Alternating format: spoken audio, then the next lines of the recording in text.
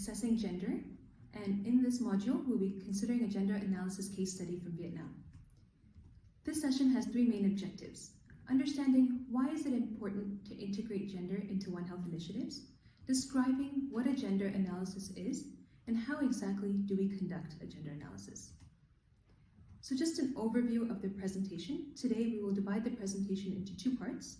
The first part will look at what is gender integration, why is assessing gender important, gender assessment versus gender analysis, what is the difference in these terms, and the second part looks at gender analysis and One Health. So specifically, what is the gender analysis, why is it important in One Health, and a case study from Vietnam. So a little bit about me. I am a gender advisor who works with Veterinarians Without Borders Canada, and I work with a local organization called Institute of Environmental Health and Sustainable Development here in Vietnam. Now, part of my role here is to help integrate gender into the various projects conducted here, including Vohun activities. So first, what is gender integration? It's the process of identifying and addressing gender and its impact on development outcomes as an integral part of various project phases, from planning and implementation to monitoring and evaluation. There are 6 steps to this approach. First is conducting a gender analysis. Second, collecting and analyzing sex disaggregated data. 3, identifying gender gaps and issues that exist and developing changes as we test. And 4th is implementing and monitoring these changes, and then scaling up the effective results and documenting and sharing our learning. Now, as part of a gender integration continuum, we want to go from being gender blind to gender aware. And in this process, there are 3 main parts. We don't want to be gender exploitative. We want to be either accommodating and ultimately transformative. So an example of this will be if we wanted to conduct a training for small-scale farmers, and we realize that female farmers are unable to attend trainings in the evening, but we conduct it in the evening anyways, we are being exploitative. Secondly, if we identify that female farmers can't attend in the evening, and therefore we provide 2 options for training, morning and evening, then we're being accommodating. Being transformative would mean we understand why is it that female farmers can't attend in the evening, help address some of the issues that are preventing them from attending trainings, and then provide options for training. So now looking at the difference between gender assessment and gender analysis. Now, gender assessment looks at reviewing programs and policies and projects to ensure it's promoting gender equality. And in order to do this, we want to understand the context and examine social, economic, and political realities of men and women in a given setting. And to understand that context, we have to conduct a gender analysis. So what is gender analysis? It refers to the various methods used to understand relationships between different genders, the access different genders have to various resources, the activities, roles, and responsibilities of different genders, and any barriers or constraints that they face relative to each other. Why is this important? Now, a gender analysis provides very critical information on how gender and its relationship to other factors such as culture, age, socioeconomic status, ethnicity all play a role in the lives of men, women, and the other genders when it comes to food security and infectious diseases, for instance. So when we look at gender analysis and One Health is the interdependence between human, animal, and environmental health, and it emphasizes a holistic interdependence. And gender analysis identifies cultural constructs that might enhance or inhibit equality. Combining these two can lead to a more successful and sustainable transdisciplinary approach. So we want to look at integrating gender into One Health approaches so that we can enhance well-being through this transdisciplinary collaboration. So when looking at gender and infectious diseases, we see that sex and gender both play a role in infectious disease outcomes. So sex refers to biological aspects. So for example, if we take COVID-19 as for instance, and we look at pregnant women are more vulnerable. Gender and infectious diseases, so looking at sex and gender and how these two play a role in disease outcomes. So let's take an example of COVID-19. When we take that, we look at sex or biological aspects, we see that pregnant women or those who are immunocompromised, have lung diseases, all are more vulnerable to the disease. Now, how does gender play a role then? Gender looks at roles and responsibilities, norms and decisions, as well as access to resources. So for instance, if we look at roles and responsibilities, we look at healthcare, a majority of nurses tend to be female. So they are more at risk of developing the disease as a result of working in certain settings. So this is how gender and sex play a role in infectious diseases. Now, what are the steps to conducting a gender analysis? There are 6 key steps. First is planning. What do I need to know and who are the target groups? Second is choosing the right framework for the gender analysis. Third is developing the questions. Fourth is collecting sex disaggregated data as well as gender sensitive data. And we'll look at what this means in the next slide. And then we have to analyze the data and identify how gender plays a role in these target groups and any gender issues that may exist. Then we document and share our learnings. So sex disaggregated data versus gender sensitive data. Sex disaggregated data looks at data that is collected, analyzed, and presented separately for different sexes, males and females. Also, sometimes referred to as gender disaggregated data. Now, gender sensitive data is a bit different. It takes into account the details pertaining to the lives of both men and women, and it aims to eliminate any inequalities and promote gender equality. It addresses and takes into consideration the gender dimension. So it may not be collected separately for different genders, but when we analyze it, we ensure we're looking at the different gender impacts. Now, looking at a specific analysis framework, we're going to look at the 5 domains framework for gender analysis. And the 5 domains are access to and control over assets and resources, cultural norms and beliefs, patterns of power and decision making, laws, policies, regulations, and institutional practices, roles, responsibilities, and time used. Now, each of these domains provides key information into how gender plays a role in a specific setting or context. So when we're looking at small-scale farmers, and we want to consider access to and control over assets and resources, we want to think about, do small-scale farmers have access to resources they need to maintain the health of their agriculture or their livestock? Cultural norms and beliefs, we want to understand, what do farmers believe are the constraints to maintaining the health of their poultry? What about factors that support and maintenance of health? Then we want to look at who decides when to visit a veterinarian when an animal is sick. This is an example of patterns of power and decision making. Then we want to see laws, policies, regulations, and institutional practices. So what are the existing laws related to small-scale farming, for instance? Are there any specific ones that focus on gender equality or women empowerment? And roles, responsibilities, and time used looks at what are the different roles of the different genders and responsibilities both within the household and when it comes to farming. So for part 2 of the session, we will look at a case study. It is an example of a gender analysis that was conducted among small-scale farmers in Thanh Nguyen province, here in Vietnam. So as we all know, agriculture plays a key role in Vietnam's economy.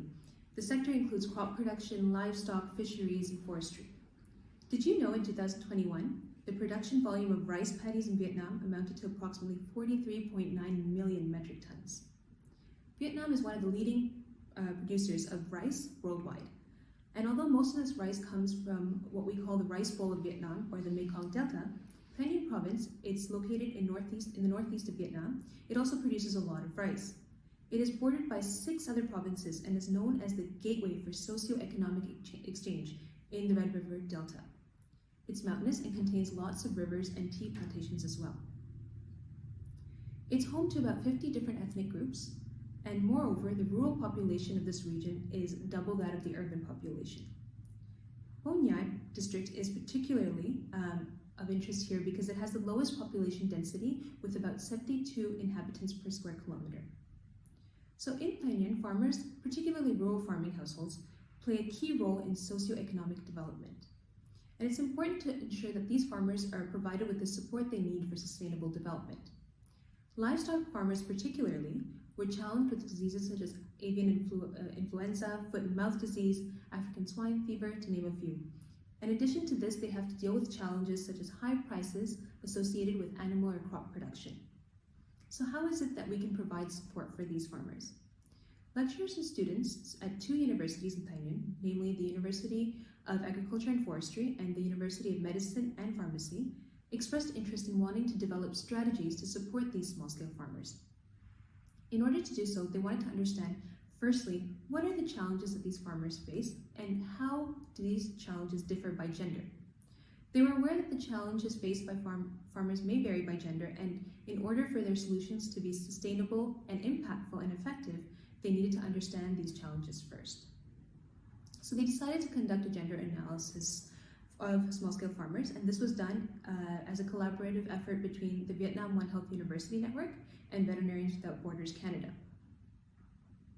So how was it conducted? In-depth interviews were conducted in person with about 30 farmers, and lecturers and students from the University of Agriculture and Forestry, they participated as data collectors for the community gender analysis. So this research team was trained on how to conduct gender analysis, and they were provided with data collection tools needed to collect the data.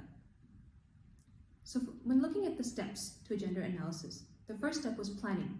What is it that I need to know? And this can be broken down into the question of what are the challenges that exist among small-scale farmers in Thanh Nguyen province, and how do these challenges differ by gender? Who is the target group? Small-scale farmers in Vô Nha district in Thanh Nguyen province, and specifically a commune within this region. Second step is choosing a framework for our gender analysis. And they chose the 5 domains framework for a gender analysis. Thirdly, the step involved developing questions. So looking at our aim of exploring gender differences in relations as well as any gender issues that exist between the small-scale farmers in this community. And our methodology, as I mentioned, was in-depth interviews. So what kind of questions do we need to ask to collect this kind of data? And there were 3 key research questions. What are gender-based practices that exist within the community? What are men's and women's roles within the household and community? And what are gender-based constraints and opportunities that these households face? And based on this, we collected general information, information related to access to and control over assets and resources, information related to cultural norms and beliefs, patterns of power and decision-making, laws, policies, regulations, and institutional practices, as well as roles, responsibilities, and time used. And you can see some of the questions here on the screen. Now, based on this, we examined key findings. So first we looked at socio-demographic characteristics. What kind of animals are raised in this region? What kind of crops are raised in this region? So as you can see here, in terms of livestock, poultry is the most common, followed by other animals such as dog, fish, and dove, for instance, as well as bees. And in terms of types of crop, we have paddy rice being the most common, followed by corn, sweet potatoes, nuts, fruits, and others. When looking at the gender breakdown of the participants, we found that 37% were male and 63% were female. So a vast majority of the participants were female. When looking at age, a majority of them fell between the age of 29 to 49, followed by 50 to 60.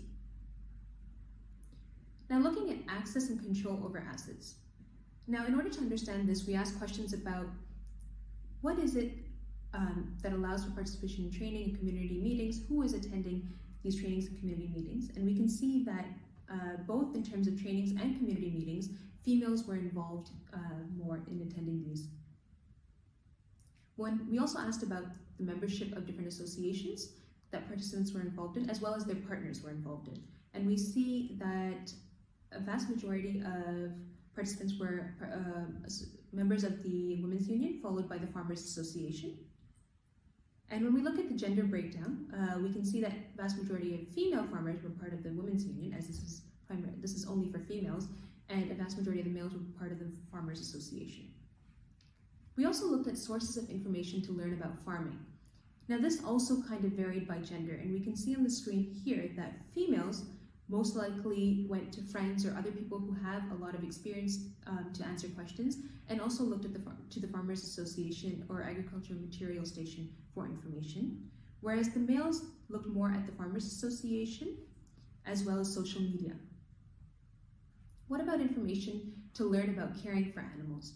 Now, to understand this, we looked at who do they go to for information about caring for animals, how to care, when to visit a veterinarian, etc. And we see that, again, females were more likely to go to animal health workers, followed by the Farmers Association, whereas males were more likely to look at social media and then followed by the Farmers Association. So looking at cultural norms and beliefs, We asked participants, what is it that they find challenging in their work as farmers? And we see that this also varied by male and female. So among males, the common challenges expressed were sick livestock, difficulty accessing the market or developing a collective economy, expensive supply or lack of supply, crop failure, and heavy work or heavy lifting. For females, sick livestock was also a concern, followed by expensive supply and lack of knowledge on animal husbandry or agriculture.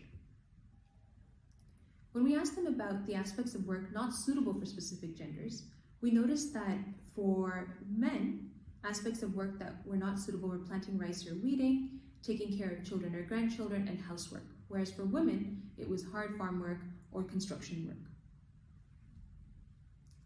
Next, we looked at patterns of power and decision-making. So we asked questions about who is it in the household that decides, makes decisions related to attending training, raising of specific animals or crops, seeking help to care for sick animals, as well as taking sick animals to the veterinarian, children's education expenses, healthcare expenses, clothing expenses, daily food item expenses, and animal feed or crop production expenses. And we see that the wife in the household, or the female of the household, was responsible mostly for daily food item expense, clothing expenses, healthcare expenses, children's expenses, and we also see that both husband and wife were heavily involved in healthcare expenses. But when it came to taking care of animals or taking sick animals to a veterinarian, we see more of an equal distribution of decision making between the wife and the husband in these areas.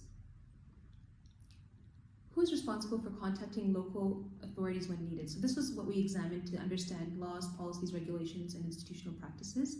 And here we see that the husband was usually the one that contacted local authorities when it was needed, or it was both the husband and wife, a small percentage. So 33% of participants indicated that it was the role of the wife, whereas 50% indicated that it was the role of the husband, followed by 13% who indicated that it was both husband and wife. Now, when looking at division of labor, we're looking at farming, we're looking at raising livestock. What are other sources of income for these families? And we saw that the activities that were mentioned were farming as a way of generating income, raising livestock, salary from other family members, selling crops or veterinary medicine or animal feed, allowances, either of their own or of other family members, and pensions of family members. So participants were asked to share what an average day looks like for them.